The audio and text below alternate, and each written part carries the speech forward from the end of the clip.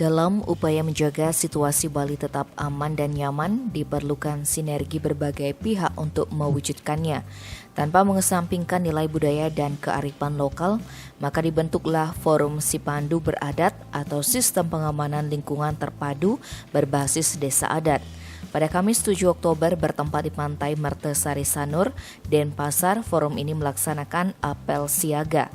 Dipimpin Kapolda Bali Irjen Pol Putu Jayandanu Putra, dihadiri Wali Kota Denpasar I Gusti Ngurah Jaya Negara, Kapolresta Denpasar Kombes Pol Jansen Avitus Panjaitan, dan Dim 1611 Badung Kolonel Infantri Imade Alit Yudana dan sejumlah pejabat lainnya.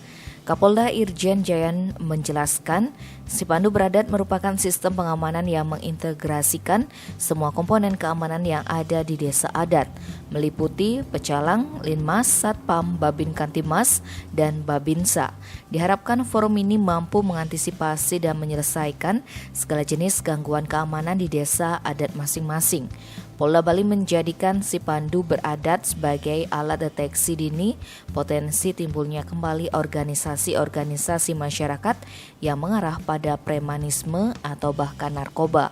Kapolda yakin Bali lebih tenang tanpa organisasi masyarakat yang mempertunjukkan tindakan-tindakan kekerasan yang dapat mencoreng nilai-nilai dan keajikan budaya Bali. Tim Bali Express melaporkan.